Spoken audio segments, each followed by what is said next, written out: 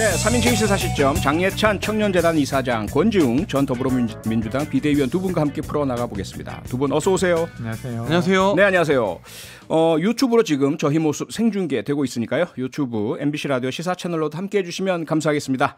먼저 장예찬 이사장께서 주목하신 오늘의 이슈는 무엇입니까? 네, 민주당 이야기 먼저 해봐야 될 것 같습니다. 검찰이 이재명 대표에 대해서 소환 통보를 한 것, 정치권의 후폭풍이 계속 이어지고 있는데요. 네. 오늘은 이 검찰의 소환 통보에 응할 것이냐 말 것이냐를 주제로 민주당에서 의원총회가 열렸습니다. 그렇죠. 보통 의총은 이제 당의 굉장히 중요한 정치적 진로를 결정하기 위해서 열리는데 네. 당 대표의 검찰 소환 조사 여부가 의총의 테이블 위에 올라갔던 거 제 기억으로 그렇게 흔한 일은 아닌 것 같아요. 매우 드문 일 같은데요. 당에서는 이재명 대표에게 검찰 불출석을 요청하는 것으로 방침을 정한 것 같습니다만 네. 이재명 대표가 아직까지 이렇다 저렇다 뚜렷하게 뭔가 입장을 밝히고 있지는 않습니다. 네. 검찰은 내일 9월 6일 이제 나와서 출석해서 조사를 하라라고 요청을 하고 있는 상황인데요. 네. 과연 내일 검찰 소환에 응할 것인지 혹은 응하지 않는다면 않는 대로 어떤 메시지를 낼 것인지에 따라서 네. 이제 정기국회가 열리는 이 시점에 전국이 급격하게 경색될 가능성이 남아 있습니다. 그럼 장예찬 이사장께서 예상하시는 선택은 무엇일까요? 출석일까요? 아니면 부출석일까요? 불출석의 확률이 아무래도 높아 보여요. 네. 최고위원회도 그렇고 이재명 대표의 측근들이나 의원총회 결론도 그런데요. 예. 저는 이재명 대표가 어쨌든 지난 대선에서 패배하지 않았습니까? 예. 그랬다는 건 그 표차가 뭐 0.7%다 27만 표다 하기 전에 이전에 이재명이 정치로 보여줬던 모습과 좀 다른 모습을 국민들에게 보여줄 필요가 있다는 생각을 하거든요. 예. 그렇다면 그냥 조사에 아주 건조하게 응하면서 내가 소명 잘하고 오겠다. 그리고 나와 관련된 이 조사나 혹여 기소 여부가 민생국회 국민들 먹고 사는 거 챙기는 데는 문제 안 끼쳤으면 좋겠다라고 말하면 네. 여당인 제가 봐도 멋있다라는 생각이 들 것 같은데 네. 과연 그런 통 큰 모습을 보여주실지 네. 아니면 지금 다른 민주당의 측근들이 하는 것처럼 뭐 국민의힘과 관련된 이슈를 마구잡이로 섞어서 이거 받으면 우리도 하겠다 뭐 이런 식의 어떤 조건부 프레임을 내걸 것인지 하루 네. 좀 지켜봐야겠죠. 네. 권지웅 비대위원님, 장예찬 이사장의 말씀에 따르면 출석에 당당히 응하고 건조하고 담담하게 그 진술을 하는 것이 멋있는 모습일 텐데 의원총회에서 민주당은 왜 불출석을 요구했을까요? 아니, 일단 그 조사에 응하지 않는다는 건 사실이 아니고요. 예. 지금 3건의 혐의가 있는데 그 중에 2건을 일단 서면 의견서를 제출한 상황입니다. 그러니까 네. 조사에 응하고 있는 상태이고 나머지 하나도 의견서를 제가 전했다고 일단 보도를 봤습니다. 네.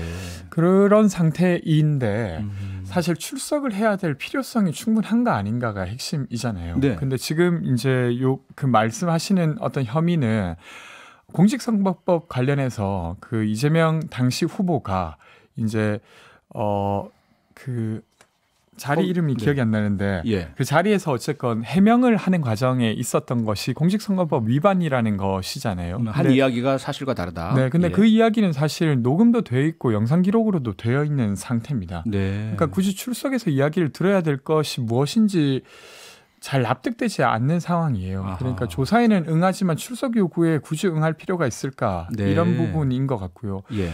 근데 여튼 정기국회가 시작되는 첫날에 이런 어떤 소환을 요청을 하게 되면서 저는 네. 이 전국이 되게 경색되게 되었다고 생각해요. 아하. 그러니까 이게 전체를 사정정국으로 이끌게 되는데 거기에서 이제 국민의힘이 일부 유리하다 손 치더라도 국민들은 전체적으로 소외받는 느낌을 받을 겁니다. 아하. 실제로 정기국회에서 다뤄야 될 것들을 다루기보다도 네. 이 사정정국에 서로 창가 방패를 가지고 이제 힘겨루기를 하는 정국으로 넘어가게 되는 거잖아요. 그것 자체를 되려 자초한 것 아닌가? 네. 그러니까 만약에 조사 자체를 굳이 그 출석을 해서 하는 게 아니어도 가능했다고 하면 저는 이렇게까지 할 필요는 없지 않았을까 싶습니다. 예. 제가 법조 기자님들한테 취재를 해봐서요. 예. 팩트 체크를 좀 했는데요. 민주당에서는 이 서면 조사 3건 중 2건에 응답했다.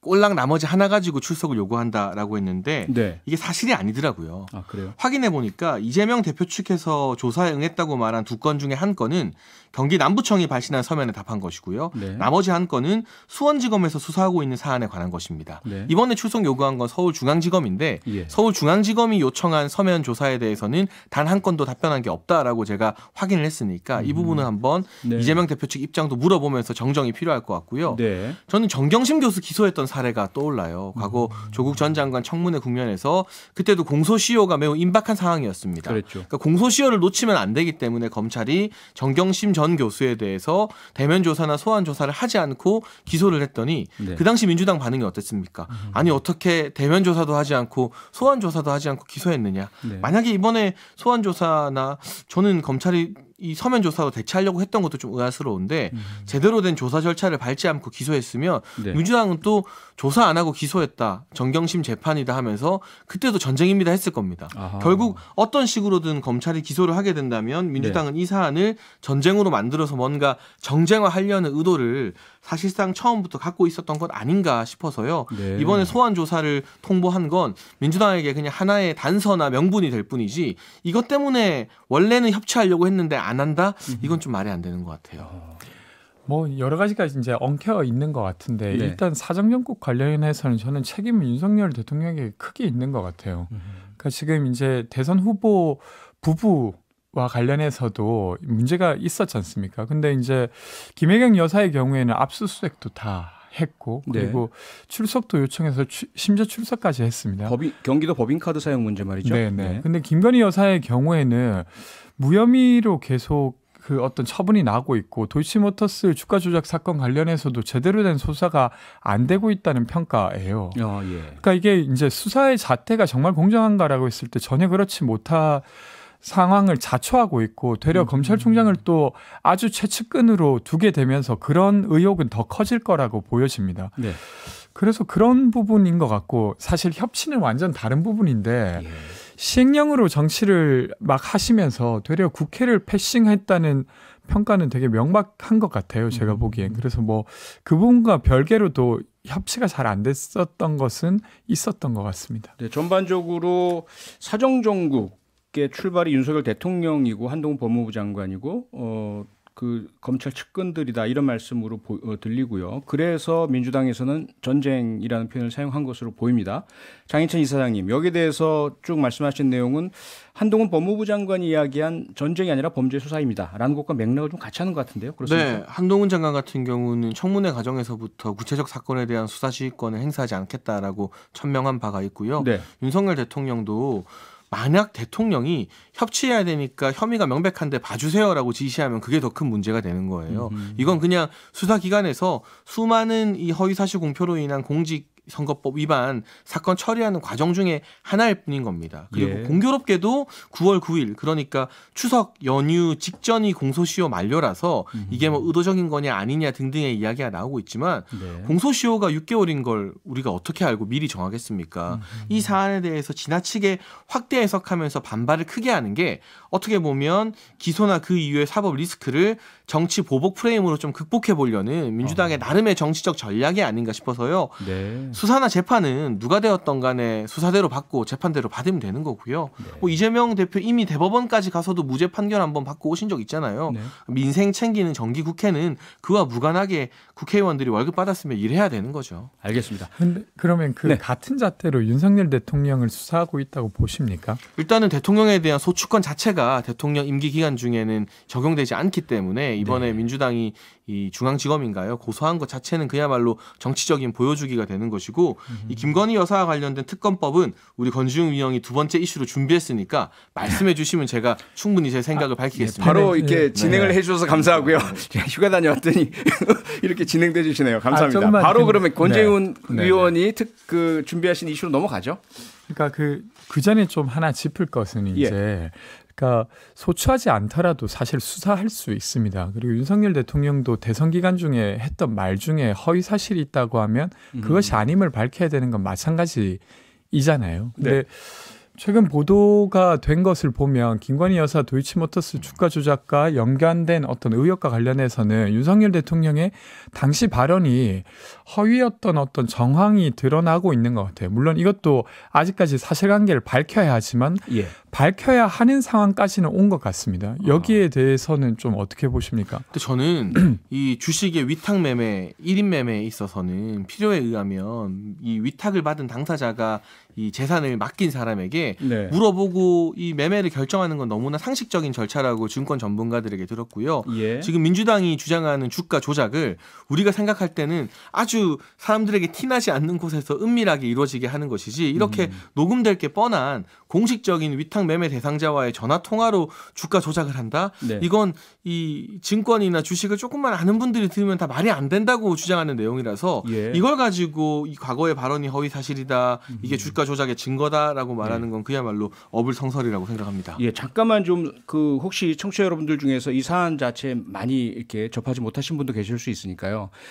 이게 이제 도이치모터스 주가 조작 사건에서 김건희 여사가 통장을 맡겨준 대상자가 주가 조작을 했기 때문에 김건희 여사는 전혀 몰랐다. 이런 취지였지 않습니까? 그런데 지금 최근에 공개된 법정에서의 진술, 녹취 증거 여기에서 김건희 여사에게 증권사 직원이 전화를 하고 물어보고 결정을 마치 받는 것 같은 그리고 전화를 받았습니까라고 질문을 요 내용인 거죠. 요 내용이 네. 윤석열 대통령이 그 선거 당시 했던 내용과 맞지 않다 허위 사실이다. 네, 조금만 구체적으로 부연해 드리면 예.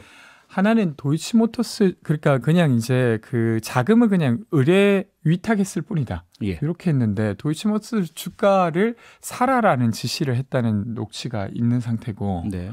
그리고 또 하나 더는 윤석열 대통령께서 그 어떤 주가 조작범과 전혀 관계가 없다라고 하는 부분을 이야기하면서 뭐 4개월 이후에서는 절연했다라고 했어요. 관계가 전혀 없다라고 했는데 네. 그것보다 더 지난 시점에 김건희 여사가 그 어떤 주가 조작범으로 여겨지고 있는 사람과 자신만 이 계좌로 거래하라.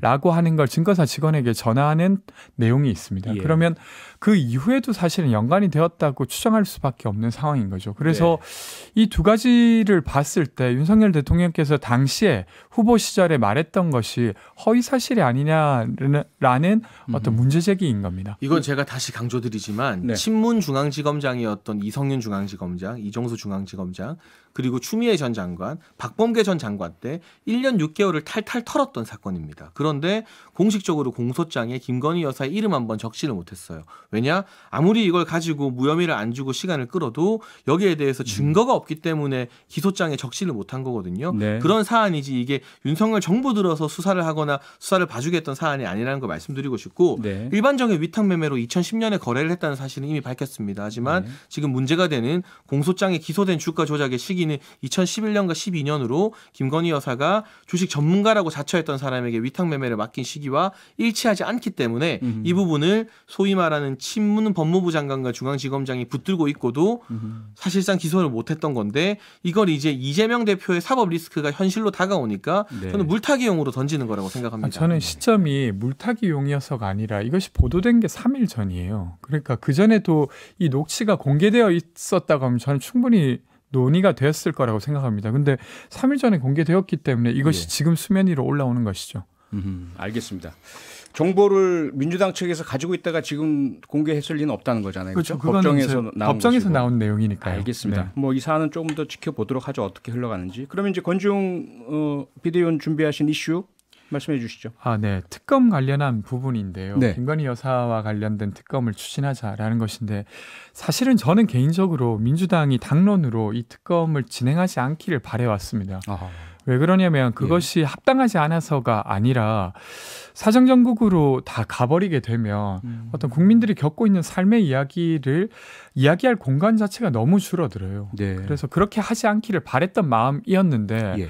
근데 어쨌건 야당 대표인 이재명 대표가 그 이제 출석 요구를 받게 되면서 이것이 당론으로까지 채택되게 되었습니다.